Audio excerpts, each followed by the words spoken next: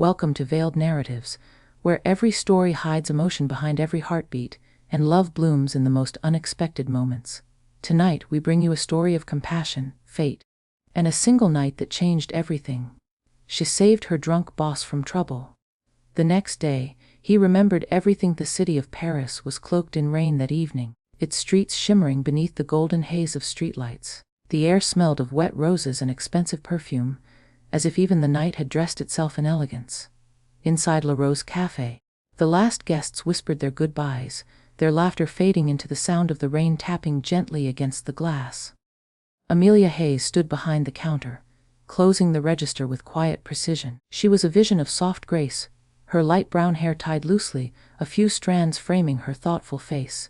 Her eyes, deep and calm like twilight, carried the kind of serenity that only people who've known solitude could hold. She wasn't born for chaos, but somehow fate always found her. Her shift ended at midnight. She was about to leave when her phone vibrated, the screen glowing with an unknown number. She hesitated, then answered softly. "Hello." A nervous voice replied, "Miss Hayes, I'm calling from the Ember Lounge. Mr. Ethan Blackwood is here. He's, not himself tonight." Her breath caught. Ethan Blackwood. Her boss, the man who ruled his empire with silence and steel. A man known for precision, power, and control. The last person one would imagine losing control in public. "I'll be there in 10 minutes, she said without thinking. Outside, the rain had intensified, turning the cobblestone streets into rivers of reflection. Her umbrella trembled in the wind as she hurried through the storm, her heels splashing through puddles, her heart caught between fear and concern. When she entered the Ember Lounge, an exclusive, dimly lit sanctuary for the city's elite, the air was thick with the scent of whiskey and secrets. The golden chandeliers flickered above velvet chairs and polished mahogany tables. And there, at the far end of the bar, sat Ethan Blackwood. He looked nothing like the immaculate man who commanded the boardroom. His black suit was unbuttoned, tie loose, his dark hair slightly damp from the rain. His eyes, usually sharp and unyielding, now carried something raw: pain, regret, loneliness. A few men at the bar, equally drunk, were provoking him, laughing, mocking his name. Ethan, already unsteady, looked ready to react. Before things could spiral, Amelia stepped forward. Her voice was calm but firm. "Mr. Blackwood," she said, approaching him slowly, "it's time to go." He turned his head, blinking as if trying to place her. "Amelia," he murmured. "What are you doing here?" "Saving you," she whispered gently, slipping her arm under his. "Come on, let's go home." The men laughed, but she ignored them, guiding him out into the storm. The rain greeted them instantly, cool and cleansing. Under her small umbrella he towered over her, the scent of his cologne, smoky cedar and rain, mingling with the damp air. He stumbled once, and she caught him, her hands pressing against his chest. For a fleeting moment, his gaze locked with hers, distant yet full of unspoken emotion. "Why?" he asked quietly, his voice breaking. "Why are you helping me?" "Because," she said, her voice trembling but sincere, "no one should face their darkness alone." He said nothing more, but something in his eyes softened. They stood there, beneath the rain, like two souls momentarily freed from their masks. She brought him to a cab, helped him inside, and gave the driver his address. The ride was silent, the kind of silence that hums with unspoken truths. The city lights flickered across his face, tracing the features of a man who had everything except peace. When they reached his penthouse, she guided him inside. The place was sleek, vast, and cold, all glass, marble, and loneliness. She set a cup of black coffee on the counter, removed his coat, and placed a blanket over him as he sank into the sofa, exhausted. He looked at her once more, his voice faint. "Do you ever wonder what people hide behind their perfect lives?" She smiled sadly. "All the time." He closed his eyes, whispering something she couldn't catch. A moment later, he was asleep, the storm outside mirroring the one within him. Amelia stood for a long moment, watching him. The powerful, untouchable man everyone admired now looked so human, so breakable. Something stirred inside her, something she didn't yet understand. Before leaving, she left a note on the table. "Sleep well, Mr. Blackwood. Tomorrow is a new day." Then she disappeared into the rain, her umbrella glinting beneath the city lights, unaware that her act of quiet compassion had just rewritten both their destinies. Because sometimes, love doesn't enter our lives through grand gestures. Sometimes it comes softly, through the sound of rain, a whispered word, and the kindness of a heart that chooses to stay. Morning sunlight streamed through the floor, to ceiling windows of Ethan Blackwood's penthouse, cutting through the stillness like liquid gold. The rain had stopped, but its memory lingered, drops clinging to the glass like remnants of unspoken confessions. Ethan stirred awake on the velvet couch, the faint aroma of freshly brewed coffee filling the room. His head throbbed, his mind heavy with fragments of last night, the blur of whiskey, the mocking voices, and then her, Amelia. He sat up slowly, the silk blanket slipping from his shoulders. On the marble table beside him lay a small folded note. Her handwriting was delicate, graceful. "Sleep well, Mr. Blackwood. Tomorrow is a new day." For a moment he just stared at it, feeling something unfamiliar twist inside his chest. Gratitude, warmth, and something deeper, something he couldn't name. He touched the paper gently, as if it might disappear if he wasn't careful. No one had ever cared enough to leave him a note. At the office later that morning, everything looked as it always did. Sleek, perfect, precise. The air smelled faintly of jasmine and ambition. Employees moved with quiet urgency, no one daring to meet Ethan's eyes as he strode through the glass corridors in his custom, tailored charcoal suit. But Amelia noticed something different. The sharpness in his expression had softened, replaced by a quiet contemplation. She was at her desk, typing, when his voice broke the silence. "Miss Hayes," he said, his tone lower than usual. She looked up, startled. "Yes, sir." "Step into my office." Inside, the air felt heavier. He stood by the window, hands in his pockets, watching the city sprawl beneath him. The skyline shimmered in the morning light. An empire he'd built from nothing, yet one that never filled the void he carried. Finally, he turned toward her. "About last night." Her heart skipped. "You remember?" He nodded, his expression unreadable. "All of it." Amelia's eyes widened slightly. "I'm sorry if I overstepped." "You didn't," he interrupted softly. "You saved me." There was silence, the kind that hums like tension between two unspoken hearts. He took a slow breath, his voice quieter now. "Do you know what it's like to be surrounded by people yet feel utterly alone?" Her gaze met his. "Yes," she said simply. That answer, so honest, so pure, hit him harder than he expected. He moved closer, the faint scent of his cologne drifting through the air. Cedarwood and smoke, mixed with something unmistakably his. "I've built walls for years," he admitted. "I thought they kept me safe. But lately," his voice trailed off, almost as if he feared finishing the sentence. Amelia spoke softly. "Sometimes walls don't protect us. They just keep the right people out." Their eyes met, not as boss and assistant, but as two souls who suddenly saw each other without pretense. Ethan broke the gaze first, clearing his throat, masking vulnerability behind composure. "You have a remarkable way of making chaos sound poetic," he said, almost smiling. Amelia laughed lightly. "I'm just saying what most people forget to feel." He studied her for a moment. Her calm posture, her quiet elegance, the warmth in her voice. There was something magnetic about her.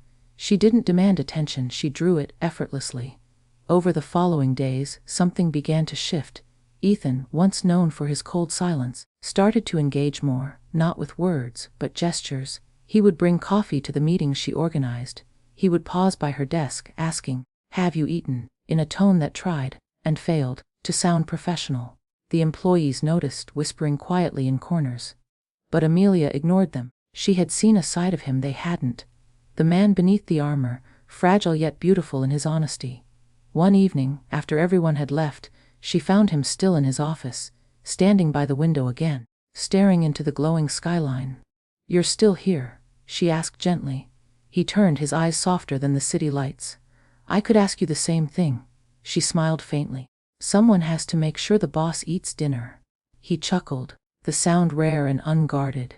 "Dinner," he repeated thoughtfully. "You make it sound like a promise." "It could be," she replied, her voice barely above a whisper. The air between them thickened, not with words, but with the electric stillness of something about to happen.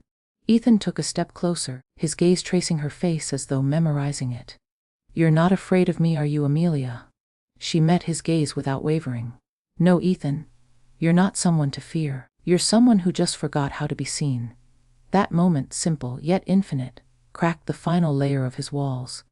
He reached out, his fingers brushing hers lightly. A fleeting touch, but enough to make the world slow. As she left his office that night, the city outside sparkled with endless promise. The rain had stopped again, leaving the streets glowing like liquid glass. Ethan watched her go, her silhouette fading into the reflection of the night. For years he had chased success, built empires, and conquered every battlefield except the one that mattered most, his heart. And now, because of one woman's quiet compassion, the fortress around him had begun to crumble. In the silence that followed, he whispered to himself, almost like a prayer, "She saved me once, and she doesn't even know she's still doing it." The weeks that followed that quiet night in Ethan's office unfolded like silk, smooth, unhurried, and laced with an invisible thread of longing. Something had changed between them. It wasn't dramatic. There were no confessions, no sudden embraces, but the air itself seemed to recognize the subtle rhythm between them. The way their eyes found each other in crowded rooms. The way his voice softened when he spoke her name.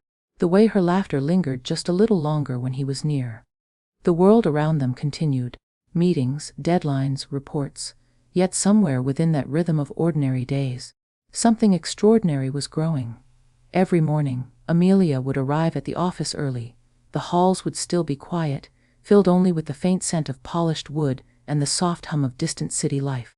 Ethan's office lights were always on before hers, a silent symbol of his devotion to his empire. But lately, when she entered with her usual tray of coffee and files, she would find something new. A white rose on her desk, always a single one, always fresh. At first she thought it was coincidence, a gesture from the office florist. But when she noticed the handwritten note beneath the third one, "For the calm in my chaos," she knew. It was him. She didn't confront him. She didn't have to. Some gestures speak louder when left unspoken. Instead, she began leaving something small in return. A handwritten quote, a cup of chamomile tea placed quietly beside his papers, or a short note that said, "You're allowed to rest too." It became their unspoken language, a secret exchange of care between two hearts still learning how to speak in tenderness. One afternoon, the firm hosted its annual charity gala at the Ritz Paris, the grandest night of the year. The ballroom glowed under crystal chandeliers, golden light spilling across marble floors polished to perfection. The air was alive with soft laughter, clinking glasses, and the rustle of silk gowns. Amelia, who usually stayed behind the scenes, had been invited this year by Ethan himself. His message had been brief. Your presence would make the evening complete. She had stared at it for an hour before whispering to herself, "It's just a gala." But her heart knew it wasn't. That night, she wore a gown of deep emerald satin, elegant, understated, yet breathtaking. The fabric shimmered under the light, flowing like liquid beneath her every step. Her hair was pinned in soft waves, and the faint scent of vanilla and rose trailed in her wake. When she entered the ballroom, every sound seemed to fade for a moment. Ethan stood near the grand staircase, conversing with dignitaries, but when he turned, his eyes found her instantly. It was as if the entire room disappeared. For a man who thrived on control, his composure faltered, his breath caught, his pulse quickened, and for the first time in years he felt alive. He approached her slowly, each step measured, deliberate, his gaze never leaving hers. When he reached her, he offered his hand. "Miss Hayes," he said softly, a rare smile touching his lips, "you look extraordinary." Her heart fluttered. "You don't look too bad yourself, Mr. Blackwood." Their hands touched, and something electric passed between them. A spark that didn't burn but illuminated. They danced, not perfectly, not with rehearsed grace, but with a quiet rhythm that only they could hear. The orchestra played softly, and as they moved together, the world shrank to a heartbeat, his and hers, echoing in perfect unison.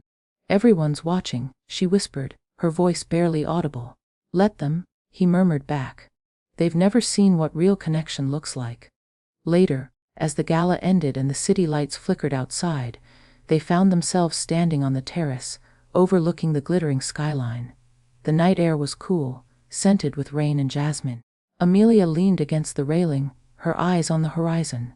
"You know," she said quietly, "you're different when you're not trying to be perfect." Ethan turned toward her, his voice low. "And you're dangerous when you make me forget I ever wanted to be." Their eyes met, a gaze heavy with everything neither had dared to say. Silence stretched between them, but it wasn't empty. It was alive, full of possibility, of longing, of the slow recognition that something profound was happening. Ethan took a step closer, his breath mingling with hers. "You make me feel human again," he confessed softly. Her voice trembled. "Maybe you always were. You just needed someone to remind you." And then, just for a second, the universe paused. The wind stilled, the lights shimmered, and in that fragile moment between fear and desire, they both knew. What they shared wasn't ordinary. It wasn't fleeting. It was real. The connection between them was silent but powerful, not born from words, but from the quiet certainty that their souls had found recognition in each other. As they stood beneath the Paris moon, his hand found hers once more. No promises were made, no words were needed, because some loves aren't announced, they're simply felt. That night, Amelia returned home with a heart full of questions and an ache she couldn't name. Ethan stayed awake till dawn, the memory of her hand in his replaying like a melody he never wanted to forget. And somewhere, between two restless hearts and one quiet night sky, the beginning of love, real, fragile, eternal, had already taken root. For years, Ethan Blackwood had been known as a man of marble, sculpted, untouchable, and impossible to move. He built his empire brick by brick, sealing away the fragments of himself that once believed in tenderness. But lately, something was changing, slowly, quietly, like the first whisper of dawn breaking through a long night, and it all began with her. Each morning now arrived softer than the one before. When Ethan entered his office, the scent of jasmine and fresh coffee greeted him. Amelia's quiet ritual, her way of saying, "You're not alone today." He began to notice the little things. The way she tucked a strand of hair behind her ear when she was focused, the way her voice grew calm when chaos rose around them, the way she smiled not out of duty, but because kindness came naturally to her. It unnerved him at first. He had spent years believing that vulnerability was weakness, that emotions clouded judgment, but Amelia's presence rewrote those rules with every heartbeat she shared in his silence. One evening, after a long meeting, he found her still at her desk, the faint light from her computer illuminating her face. Outside, the sky was painted in strokes of violet and rose. "You should go home," he said softly, stepping closer. She looked up surprised. "So should you?" He chuckled, a rare, unguarded sound that made her heart skip. "Touch A." She smiled, closing her laptop. "You're not as terrifying as people think, you know." "Don't tell them that," he teased. "It ruins my reputation." But his eyes told a different story. There was warmth there now, the kind that comes when a man begins to trust the world again. Days turned into weeks, and the office felt different. The man who once ruled through silence now led with presence. He no longer barked orders but asked questions. He no longer isolated himself but listened. Amelia had awakened something in him, a forgotten softness. He began to take walks during lunch, sometimes asking her to join him. They would stroll through the Parisian gardens near the office, the air heavy with the scent of roses and rain. Their conversations were light, books, music, dreams, yet every word they shared built an invisible bridge between their hearts. One afternoon, as golden sunlight filtered through the trees, Amelia told him about her late father, how he had taught her to find beauty in small things, like the sound of rain or the warmth of morning tea. Ethan listened quietly, his heart tightening. "You still carry his lessons," he said. She nodded. "Kindness is never really lost, Ethan. It just waits for someone to pass it on." He stopped walking, his gaze lingering on her. "Maybe you've been passing it on to me." Their eyes met, and for a moment, the world stood still. Later that night, Ethan sat in his penthouse, alone, yet not lonely. The city lights stretched out before him like constellations, and his reflection in the glass no longer looked like a stranger. He reached for his phone and typed a message, then deleted it. Then typed again. "You once said kindness isn't lost. You were right. I think I found it in you." He didn't send it, but the act of writing it made his heart feel lighter. Instead, he found himself doing something unexpected, driving through the quiet streets to her favorite cafe, the one she used to mention on rainy days. It was closed, but he could see the faint glow of the street lamps reflected on the window where she often sat.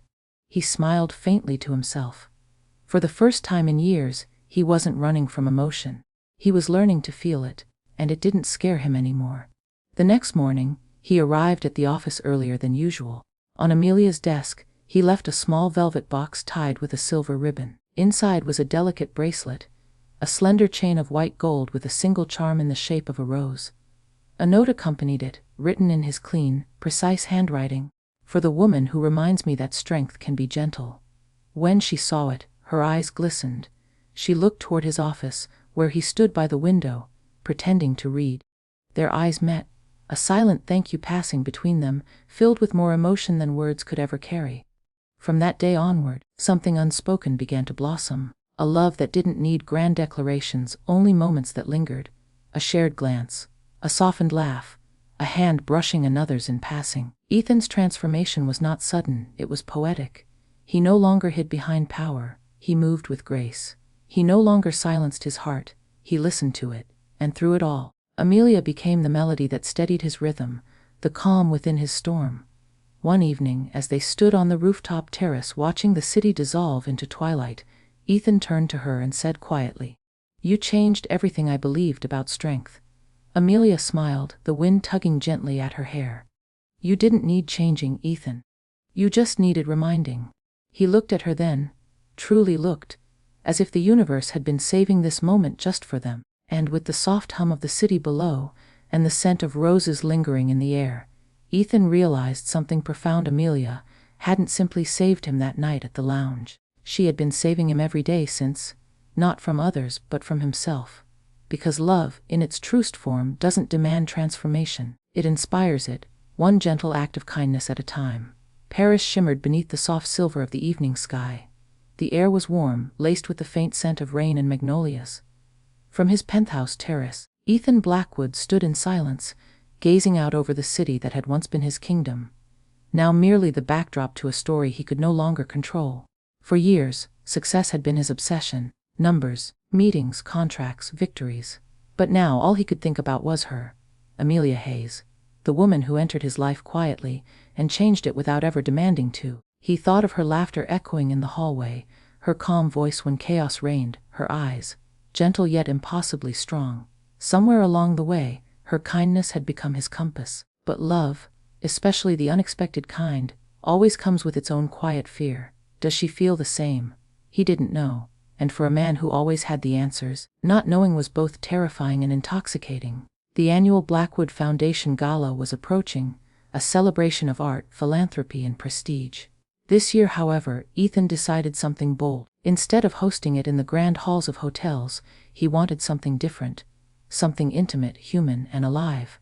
He chose the Orangerie de Versailles, a palace-like venue adorned with golden mirrors, marble floors, and cascading chandeliers that glowed like trapped stars. Every corner dripped in luxury, yet there was something warmer, softer about the atmosphere this time, almost romantic. Amelia, as always, was behind the scenes making it perfect. Her elegance was effortless, a long ivory dress that shimmered like champagne, her hair swept back with pearl pins. She didn't stand out because she tried to, she stood out because she was real in a world that often wasn't.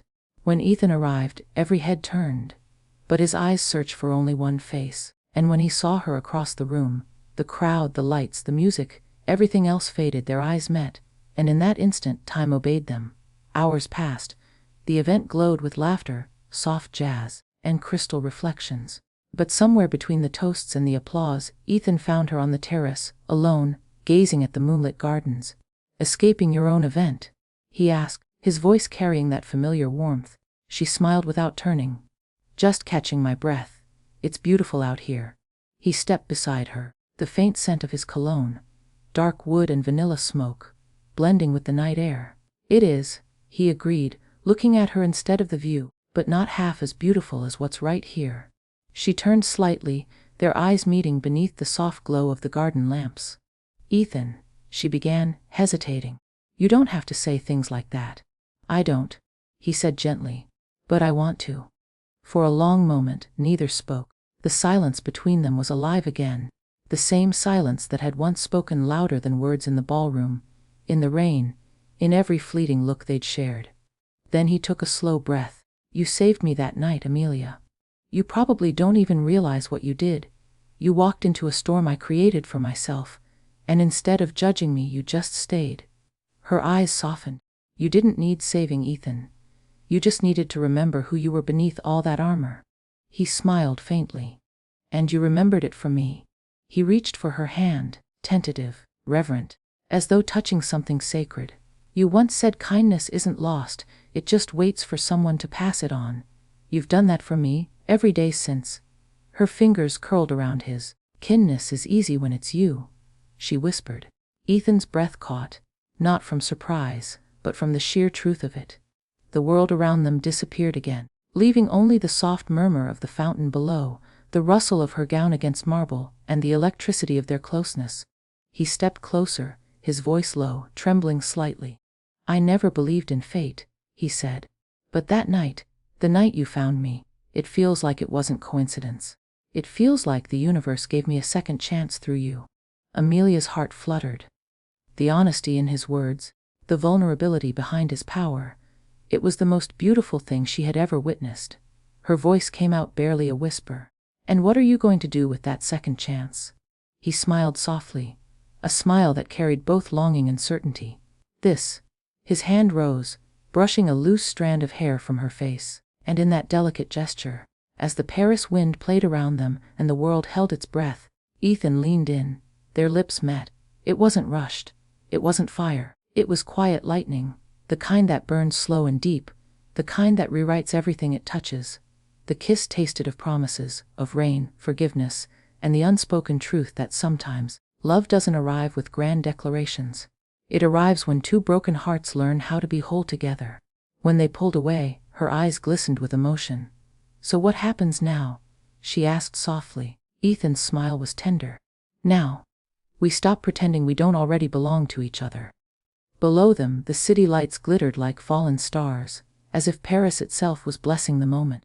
And in that golden silence, they simply stood there, her head resting lightly against his chest, his hand resting over hers, two souls who had found home not in perfection, but in each other's imperfection. Because love, as they discovered, doesn't always arrive when you're ready. It arrives when you least expect it. Quietly, beautifully, and irrevocably. In a world where power often replaces passion, one act of compassion lit the path to forever. She saved her drunk boss from trouble. The next day, he remembered everything. Because sometimes, the most unlikely encounters become the most unforgettable loves.